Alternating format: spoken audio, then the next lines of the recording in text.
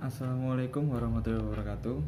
My name is Ricki Pranata, and I'm student of Islamic Education Department of Win Malang. And right now, in my presentation, I will begin presenting by the definition of raising children in Islam, or how to raise children into a responsible Muslim adult. My presentation will take 20 minutes. Don't worry about taking notes because I have put all the important statistics on handout for you. There will be time for questions after my presentation. And right now, in this point, we will discuss about 4 points to say. The first, according to Al-Ghazali, about knowledge. Second, children in Islam. 3, job, women and men and the teacher to give education for children. 4, Sheikh Muhammad S. Al-Munajid, way to seek knowledge. First, according to Al-Ghazali, is knowledge exists potentially in human soul like the seeds in the soil. By learning, the potential become actual desire. Al-Ghazali also writes, as a trust placed by God in the hand of his parents, and innocent heart is precious element capable of taking impression. So, according to Al-Ghazali, knowledge is like a seed that grow and going to big, and it's very important for children to live. In Islam, Muslim children are considered as precious gift from Allah Subhanahu wa Ta'ala. They are loved immensely by their parents, and they become a founders of the family.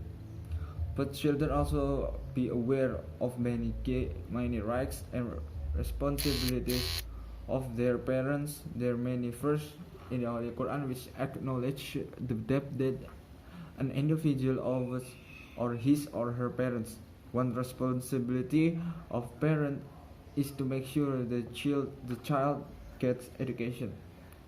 In here, we know that parents has responsibility to give education and knowledge for the children of Muslim, because that is important for he or her future.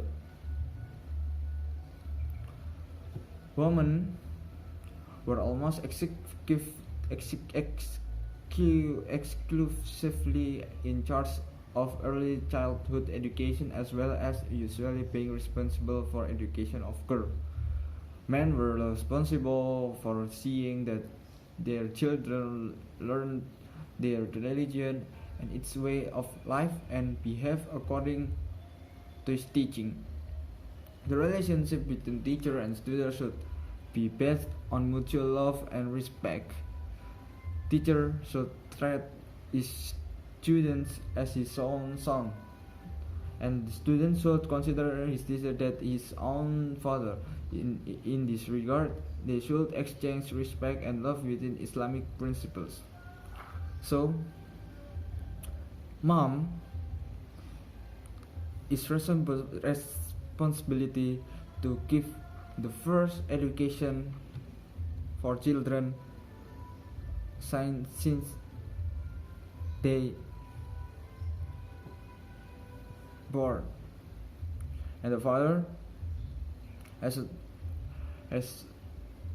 responsibility to seeking school or educational place for his children after he learned for his mother. And school teachers is important too. He or she is teaching them with passion, cleverly, and should consider his teacher his own son.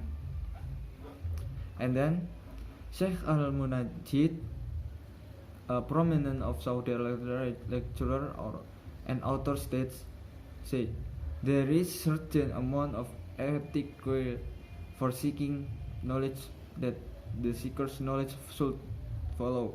We will give you this advice and ethic for seeking knowledge. May Allah be because you benefit thereby.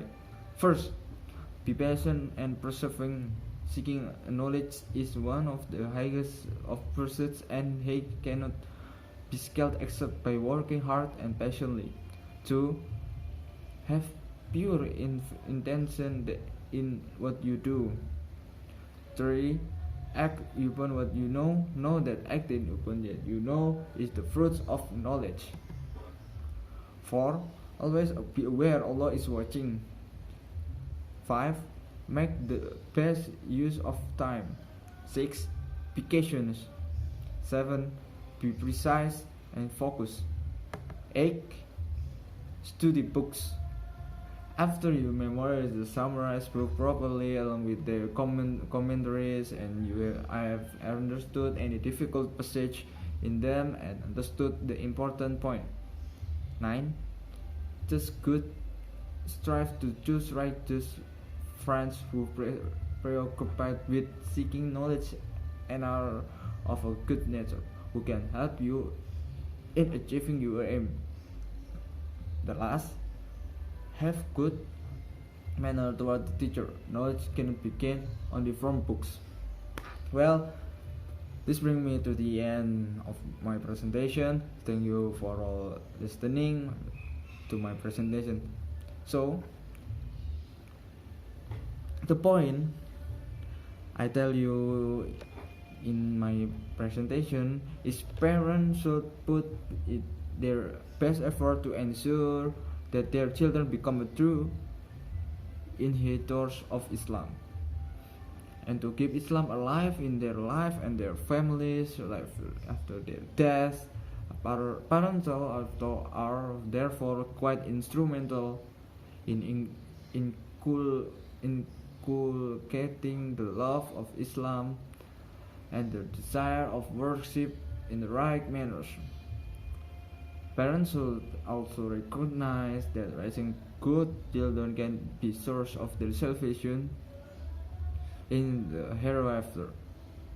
This because if the parents are raised good Allah-fearing children, the children can constantly pray to Allah for their parents after their death.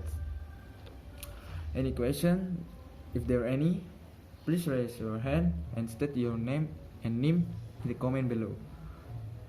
Closing, I think it's enough for my presentation. Thank you for participation. I think that's enough for my presentation. Thank you for participation today. I hope that what I have to say is useful for myself and also for you. Wassalamualaikum warahmatullahi wabarakatuh.